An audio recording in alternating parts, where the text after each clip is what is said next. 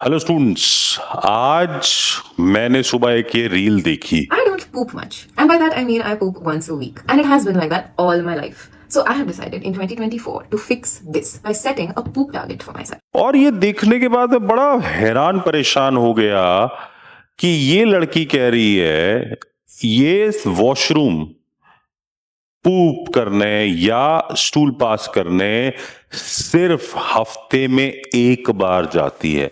और ये सुनकर मैं बहुत हैरान हुआ। एंड चीज़ ये मेरी नॉर्मल सी फ्रीक्वेंसी है कि मैं हफ्ते में सिर्फ एक बार वॉशरूम यूज करती हूँ टू पास टूल्स।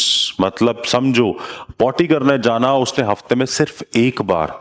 और मुझे रियलाइज हुआ क्यों ना इस पे बात करी जाए कि नॉर्मल फ्रीक्वेंसी क्या होती है, क्यों वॉशरूम जाना जरूरी होता है और क्या एक एवरेज होती है। पर उससे पहले इस लॉन्ग फॉर्मेट वीडियो में बात करेंगे डाइजेस्टिव सिस्टम की। आज हम सबसे पहले देखेंगे कि हमारा डाइजेस्टिव सिस्टम जो है वो किस तरीके से काम करता है।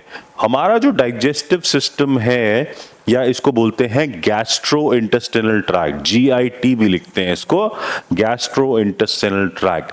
जीआईटी जो है उसका काम होता है सबसे पहले खाना जब आया आपके मुंह के अंदर, वहां पर टंग, आपके दांत, आपका सलाइवा सब इंटरेक्ट करता है और यहां से खाना च्यू करके एक बॉल की तरह इस ट्यूब से नीचे फेंका जाता है जिसे हम बोलते हैं ईसोफेगस। ये लिखा भी हुआ है ईसोफेगस।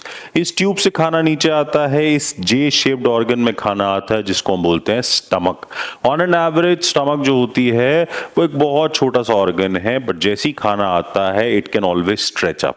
मेजरली स्टमक का काम होता है खाने को स्टोर करना, और इस स्टोर को, खाने को अगर सॉलिड है तो उसे धीरे धीरे ब्रेक डाउन करके लिक्विड तक लेकर आना।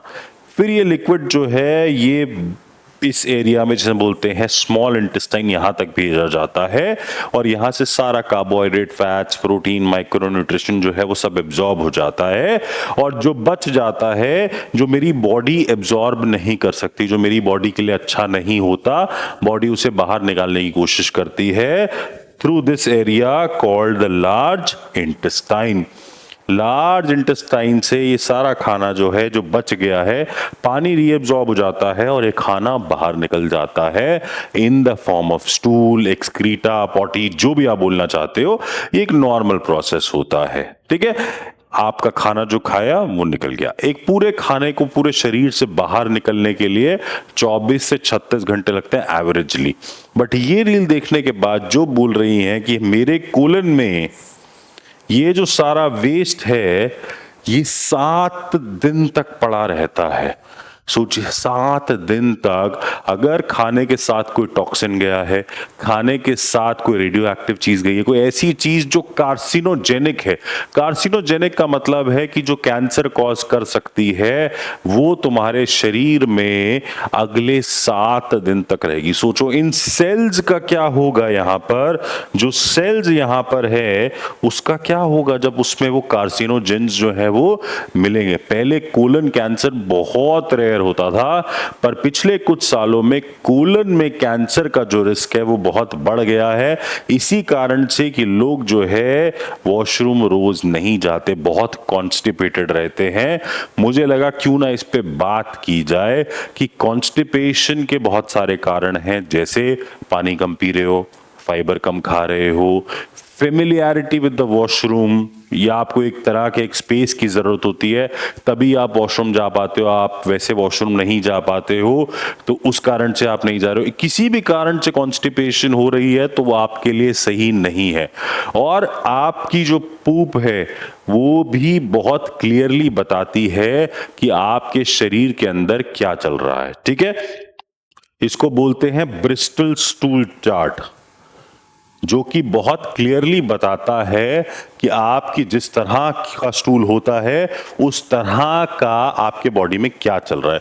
अगर आपका स्टूल ये पहले 2 तरीके का है जो कि बहुत हार्ड है, छोटे छोटे पार्ट्स में निकल रहा है, तो ये बता रहा है कि आपकी बॉडी में कॉन्स्टिपेशन है। मतलब आपको सिवियर से, माइल्ड से लेके सिवियर कॉन्स्टिपेशन हो सकता है पानी ना पीने की वजह से, हो सकता है कम फाइबर खाने की वजह से, या हो सकता है कि फेमिलियर वॉशरूम नहीं है, आपको आदत है एक तरीके से बैठने की या एक एनवायरनमेंट में बैठने की, वो नहीं मिल पा रहा, तो आप कॉन्स्टिपेटेड है। इसे बोलते हैं type 1, type 2 types on the Bristol scale.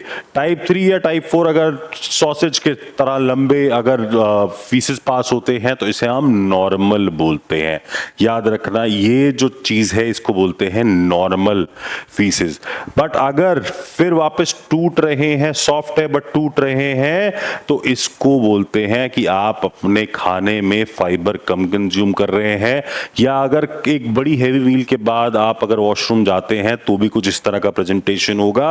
अगर बहुत वाटरी है type 6 and 7, that means diarrhoea, मतलब बॉडी जो है लार्ज इंटेस्टाइन से पानी को वापस एब्जॉर्ब नहीं कर पा रही है, इसीलिए ऐसा हो रहा है। तो अगर 3 या 4 आपके पास रहता है और मैक्सिमम 5 भी आता है, तो दैट मीन्स मोर ओवर सब ठीक है। बट फ्रीक्वेंसी क्या है? 2010 में एक स्टडी हुई थी जिन्होंने कहा कि एक आदमी नॉर्मली दिन में 3 बार से लेके हफ्ते में 3 बार तक वॉशरूम जाता है। सबकी अपनी अपनी फ्रीक्वेंसी होती है। अगर आपका एक टाइम बना हुआ है, वंस अ डे आप जाते हो तो that is great, twice a day भी जाते हो तो भी कोई प्रॉब्लम नहीं है, it is very normal. But you also have to see even the colour of the poop is important. अगर आप रेड ब्लड निकल रहा है तो समझ लेना कि कोई गड़बड़ है, या तो आपको पाइल्स है या हेमोरॉइड्स हैं या कोलन कैंसर भी है। तो देखना जरूरी है कि क्या कलर है। ये भी देखना बहुत जरूरी है कि कोई बहुत ज्यादा कलरेशन ग्रीन तो नहीं हो रहा है, या ब्लैक अगर हो रहा है तो आयरन सप्लीमेंट्स की वजह से ब्लैक आपका पूप हो सकता है। इन सारी चीजों का ध्यान रखिए। आप एक चीज कर सकते हो कि अपने कोलन कैंसर के रिस्क को कम कर सकते हो। I know it is a disgusting topic, but ये आपकी हेल्थ का एक बहुत बड़ा पैरामीटर होता है कि आपके शरीर से वेस्ट बाहर कैसे जा रहा है। ये भी बहुत, जितना खाना खाना जरूरी है उतना ये भी समझना जरूरी है कि मेरे शरीर में से जो वेस्ट मेटाबोलाइट्स है, वेस्ट है, जो चीजें मेरे काम की नहीं है, जो मेरा शरीर डाइजेस्ट नहीं कर सकता, वो बाहर कैसे निकल रही है। तो कंसिस्टेंसी देखना और कलर देखना दोनों इंपॉर्टेंट होता है। अगर आपके इससे रिलेटेड कुछ क्वेश्चंस है तो नीचे कमेंट बॉक्स में जरूर डालिएगा।